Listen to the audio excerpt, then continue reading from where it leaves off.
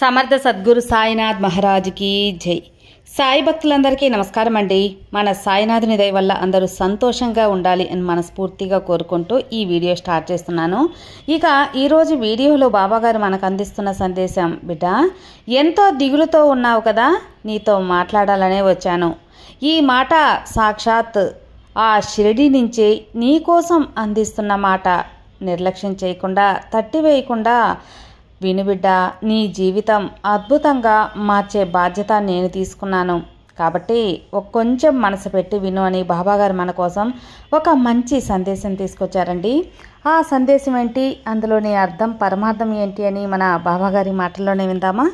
బాబాగారి సందేశం చూడబోయే ముందు మీరు ఎక్కడెక్కడో జ్యోతిష్యం చెప్పించుకొని నిరాశ చెందున్నట్లయితే ఒక్కసారి శ్రీనివాసరాజు గురూజీ దగ్గర జ్యోతిష్యం అనేది చెప్పించుకోండి. శ్రీ షిరిడి సాయిబాబా గారి ఆశీస్సులతో గురువుగారు జ్యోతిష్యం అనేది చెప్పబడుతుంది. శ్రీనివాసరాజు గురూజీ నెంబర్ 1 వశీకరణ స్పెషలిస్ట్ అండి. ఈయన కేరళ తాంత్రిక గురువు గారు. ఎలాంటి సమస్యలకైనా సరే 24 గంటల్లోనే పరిష్కారం అనేది చూపిస్తారు. గురువుగారి దగ్గర ఒక్కసారి నమ్మకంగా చెప్పించుకున్నప్పుడు ఆ నమ్మకాన్ని గురువుగారు తప్పకుండా న్యాయం చేస్తారు.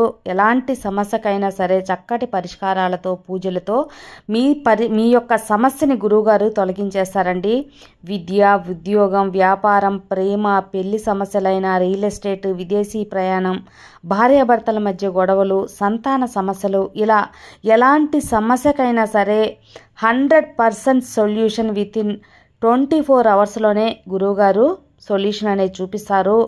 ఎందువల్ల ఇంత నమ్మకంగా చెబుతున్నాను అంటే, గురువుగారి దగ్గర మీరు ఒక్కసారి చెప్పించుకుంటే మీకే నమ్మకం కుదురుతుంది. నేను చెప్పించుకొని నాకు బాగా చెప్పారు అనిపిస్తేనే మీ దగ్గర తెలియపరుస్తున్నానండి. కాబట్టి మీరు కూడా ఒక్కసారి మీరు ఉన్న చోట నుండి ఒక్క ఫోన్ కాల్ ద్వారా గురూజీకి ఫోన్ చేశారంటే మీ సమస్యకు పరిష్కారం దొరుకుతుంది. గురువుగారిని కాంటాక్ట్ చేయవలసిన నంబర్ 9630606444. ఈ నంబర్కి ఒక్కసారి మీరు కాల్ చేయండి. మీ సమస్యను గురువుగారి దగ్గర పెట్టి పరిష్కారం అనేది తెలుసుకోండి.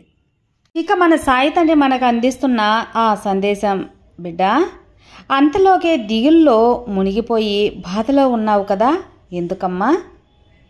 గేలం వేసి చేపలు పట్టేవారికి ఉండే ఓపిక కూడా నీకు లేదు. అలా పట్టాలన్నా కూడా ఓపిక అవసరం. నీ జీవితం ఎంతో మారిపోతుంది అని ఎదురు చూసే నీకు కొన్ని అడ్డంకులు వస్తూ ఉన్నాయి. వాటిని ఎదుర్కోవాలి. నువ్వు ఏది అయితే అనుకుంటున్నావో అది ఒక మంచి విషయమే అనుకో.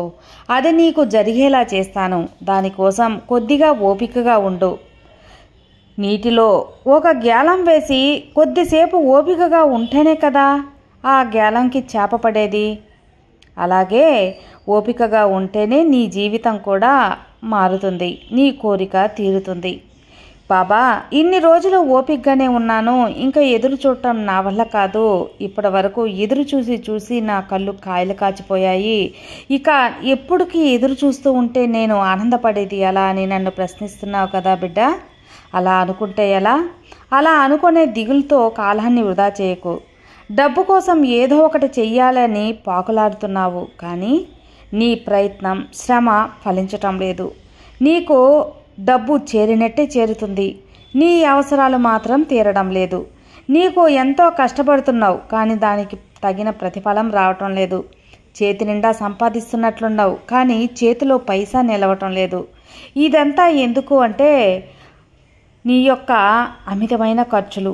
ఆ ఖర్చుల్ని తగ్గించుకో.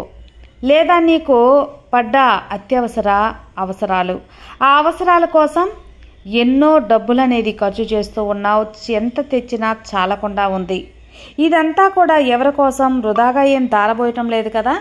అలాంటప్పుడు దిగులెందుకమ్మా? అన్నీ కూడా నీ అవసరాలకే కదా. నా బిడ్డలందరికీ నేను మంచి తెలివితేటలే ఇచ్చాను. ఆ తెలివిని ఉపయోగించుకో. మంచి ప్రయోజకులుగా ఉండు. అతి తెలివి ఆ తెలివిని ఎవరైతే వినియోగించుకోలేదో వారే దిగులుకి గురవుతారు. నా భక్తులైనా, నా బిడ్డలైనా ఎవ్వరు కూడా దిగులనేది పడకూడదు. కంగారెందుకు? కొందరు బాగా డబ్బు సంపాదించే వారిని చూసి అసూయగా ఉంటారు. కానీ ఆరోగ్యం వారికి ఉంటుందా? కానీ డబ్బు లేని వారు కడుపు నిండా తినగలరు, కంటి నిండా నిద్రపోగలరు. అలాంటి వారిని చూసి అసూయపడకూడదు. కానీ ఎవరి పరిస్థితి వాళ్ళది.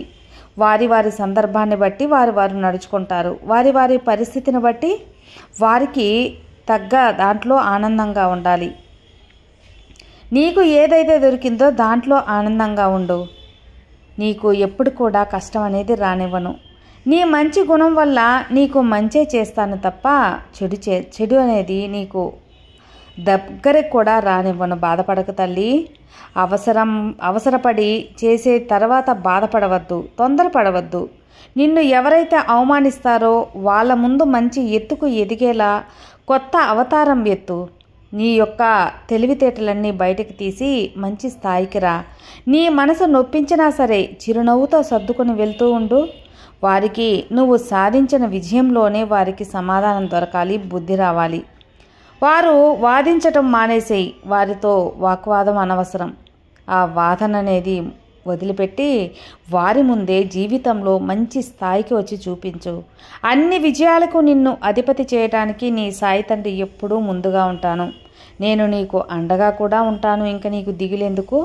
ఒక అందమైన పటం తయారవ్వాలంటే ఒక బొమ్మ వేస్తే సరిపోతుందా? సరిపోదు. ఆ బొమ్మకి మంచి రంగులు అద్దాలి.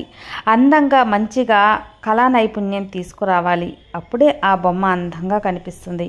అలాగే నువ్వు కూడా ఎంత కష్టపడి పైకి వచ్చినా, ఎన్నో కష్టాలు ఎదుర్కొన్నా ఆ జీవితానికి అర్థం, పరమార్థం ఉంటుంది. ఏమీ లేకుండా పైకి వచ్చేస్తే ఎవరు చెప్పుకుంటారు? నీకు కూడా అందులో అంత సంతృప్తి ఏముంటుంది? నిజంగా ఒక విషయం చెప్పనా బిడ్డ, గెలుపు కంటే ఓటమికే బలం ఎక్కువ. ఇప్పుడు నువ్వు బలంగా ఉన్నావు, అతి త్వరలో గెలుపుని అందుకుంటావు. ఒక రహస్యం చెబుతాను విను. నువ్వు చేసే శ్రమ, ప్రయత్నం నీ గెలుపుకు కారణాలు కాబోతున్నాయి. అదే సమయంలో నీ ఓటమికి గల 2 శత్రువులు ఏంటో తెలుసుకో. నీ అపనమ్మకం, అలాగే ప్రయత్నం చేయకపోవడం. ఈ 2 నీకు శత్రువులు లాంటివి. ఎప్పుడు కూడా అపనమ్మకం పెట్టుకోకూడదు, నమ్మకంతో ఉండాలి. అలాగే ప్రయత్నించకుండా అలాగే కూర్చుని ఉండకూడదు. ప్రతి దానికి ప్రయత్నం అనేది ఉండాలి. అప్పుడే ఉత్సాహం అనే స్నేహితుల దగ్గరికి నువ్వు చేరుకుంటావు. జీవితం అంతా సంతోషంగా ఉంటావు.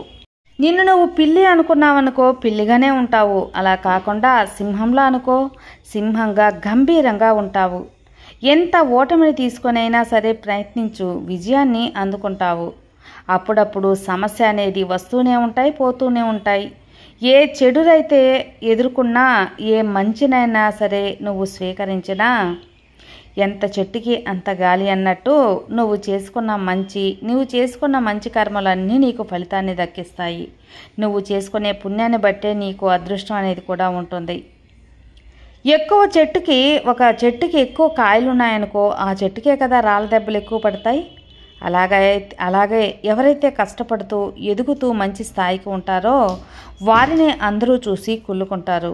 వాళ్ళని అందరూ చూసి కిందకి లాగాలని చూస్తారు. వాళ్ళని వేడుకు చూస్తూ ఉంటారు. కానీ నీ జీవితం ఎంతో ముందుకు వెళ్తూనే ఉంటుంది. వాళ్ళు అలాగే చూస్తూనే ఉండాలి. కాబట్టి నువ్వు ప్రయత్నం చేస్తూ ఉండు. గెలుపు నీదే అవుతుంది. ఇతరులు గెలుపు తమ గెలుపుగా, ఇతరులు ఓటమి తమ ఓటమిగా ఎవరైతే అనుకుంటారో వారే అసలు శిశుల మనిషి. అలా కాకుండా ఇతరులు గెలిచినప్పుడు ఓర్వలేకుండా, ఇతరులు ఓటమి వచ్చినప్పుడు సంతోషపడేవారు అసలు మంచివారు అనేది లక్షణాలే కాదు. అసలు అలాంటి వారిని నమ్మకూడదు, స్నేహం చేయకూడదు. కాబట్టి నువ్వు ఈ సాయి తండ్రి బిడ్డవు. కాబట్టి ఈ 2 కూడా నువ్వు ఎప్పుడూ వ్యతిరేకంగానే ఉండాలి. ఎవరైతే గెలుస్తారో వారిని ప్రోత్సహించాలి, ఆనందపడాలి. వాళ్ళలా నువ్వు స్ఫూర్తిని తీసుకొని నువ్వు గెలుపుదారిలో వెళ్ళాలి. ఎవరైతే ఓటమి పడి బాధపడుతూ ఉంటారో వారికి ఓదార్పునివ్వాలి. మళ్ళీ గెలుస్తావు అనే ఒక నమ్మకంతో వాళ్ళని భుజం తట్టాలి. అప్పుడే నీ ఓటమిలో కూడా నీకు నలుగురు మంచి మిత్రులు కూడా దొరుకుతారు. కాబట్టి ఎప్పుడు కూడా ఇతరుల ఓటమిని నువ్వు ఆనందపడవద్దు. ఈ సాయి భక్తులైన ఎవ్వరు కూడా అలా చేయర్లే. నువ్వు మంచి మనిషివి కదా, నిన్ను నేను అందుకే కలుసుకున్నాను, ఈ సాయి బిడ్డగా చేర్చుకున్నాను. ఈ రోజుల్లో బంధం అనేది తామరాకు మీద నీటి బిందువు లాంటిది. అది ఎప్పుడు జారిపోతుందో ఎవ్వరికీ తెలియదు. అందుకే ఎవరి మీద ఎక్కువ ఆశలు పెంచుకోవద్దు, ఎవరి సహాయం కోరుకోవద్దు. నీ పని నువ్వు చేసుకో, నీ యొక్క మీద నువ్వే ఆధారపడుకో. అలాగే సహనం అంటే దండించే అధికారం ఉన్నా దండించకపోవడం. ఆ సహనాన్ని నువ్వు అలవర్చుకో బిడ్డ. నీ జీవన ప్రయాణంలో ఎదురయ్యే ఎదురు దెబ్బలకు ఒడిదుడుకులకు భయపడి వెనుకడుగు ఎప్పుడూ వేయవద్దు. అలా వేయడం సాధారణ జీవితం అనేది అనిపిస్తుంది. ఎదురు దెబ్బలను ఎదుర్కొనైనా సరే నిచ్చెనగా మార్చుకొని గుండె నిబ్బరంతో ధైర్యంగా ఆత్మవిశ్వాసంతో ముందుకు వెళ్ళడమే మంచి నైపుణ్యం ఉన్న మనుషుల యొక్క లక్షణం. అది నీకు పుష్కలంగా ఉంది కాబట్టి నీ బలం నీకు తెలియదు. అందుకే నీ సాయి తండ్రి నీ బలాన్ని గుర్తు చేస్తున్నాను. ఏం జీవితం ఇది అని బాధపడకుండా నీ జీవితం ఏం తక్కువైంది అని సంతోషంగా బ్రతికి చూడు. జీవితం ఎంతో బాగుంటుందమ్మా. నీకన్నా కొన్ని వేల మంది బాగుండి ఉండవచ్చు, కానీ కొన్ని కోట్ల మంది కన్నా నువ్వు ఇంకా బాగున్నావు కదా. కాబట్టి ఆ నిజాన్ని మరవద్దు. సంతోషం అనేది నీ మనసులో సృష్టించుకోవాలి. అప్పుడే నీ జీవితం పట్టలేని ఆనందంతో నిండిపోతుంది. నీ బాబా మాట విన్నావు కదా. నీకు ఈ సాయి తండ్రి అండ ఎప్పుడూ ఉంటుంది. నిశ్చింతగా ఉండు. మారాల్సింది అక్కడో ఇక్కడో ఎవరో కాదు, నువ్వే మారాలి. నీ మనసే మారాలి. నీ మనసు అయితే ఎప్పుడైతే నీలో మార్పు వస్తుందో నీ జీవితం అద్భుతంగా ఉంటుంది. నీ బాబా ఏది చెప్పినా నీ మంచి కోసమే కదా. సర్వే జనా సుఖినో భవంతు. జై సాయిరామ్.